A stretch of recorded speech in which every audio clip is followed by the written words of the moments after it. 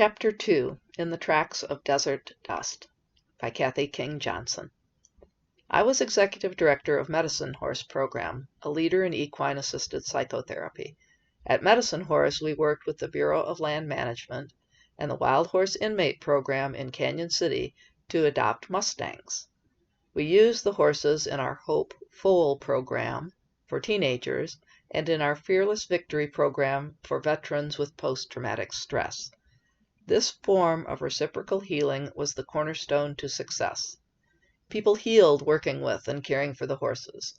Wild horses were healed, trained, and adopted out to loving homes. My friends at the Bureau of Land Management, the BLM, invited Tony and me to a Mustang gather taking place near Rock Springs, Wyoming. I wanted to go. It was a missing piece in my education about the Mustangs. I'd never seen them gathered in person. I woke up at 3 a.m., the witching hour, out of excitement, and could not get back to sleep. Tony loaded up his photography equipment, and we left at the crack of dawn on our quest. We drove to the ends of the earth. Wyoming was forever. Wind farms, oil fields, gas lines, and cloud bursts. Dust storms blew by so high they reached the clouds and looked like tornadoes. The wrinkled hills bore the fingerprints of the wind. This was the home of Desert Dust, the great Palomino stallion who roamed the Red Desert in the 40s and 50s. He was one of the most famous Mustangs of all time. I watched the rolling plains for signs of mustangs. And I saw antelopes. Whenever I saw an antelope, I got all mush-brained. Granted, there wasn't much else to see. Antelopes still outnumber humans in Wyoming. Something about their gold coats, white bellies, black noses, and fluffy white bottoms. They reminded me of my corgi. And I pointed and gushed, "Oh, antelope! Uncle-lope! Babylope!" In turn, Tony muttered something about me hosting a radio show called PM Estes, and "Here's a hot flash from Kathy Johnson." The first stop was the town of Beaufort, population of 1, so the sign said. Tony picked up a candy bar, and the clerk rang him up, drawling, "That's $1.09. Teen." Tony asked, "Well, which is it, 9 or teen?" "I'll have to ask my boss," the clerk replied. The next 100 miles were spent in the existential discussion of how the clerk could have a boss in a town with a population of 1. After that, it wasn't easy to get Tony to stop again. Then I saw the sign for Wamsutter. I knew we were ahead of schedule. I asked if we could stop to look for the picture of Desert Dust in Wamsutter. According to my research, it was tucked behind the bar of a local pub. To see the picture was the first object in my quest. Tony said, "I'd rather put a hot poker in my eye. We'll never find it." But once again, intuition prevailed, and I said, "Come on, it's a small town. Just turn off here. Drive down that dirt road, Main Street." There was an antelope standing in the middle of the road. "It's a dead end," Tony said. "Yeah, but look, there's a guy by his car. He'll know where to find the bar."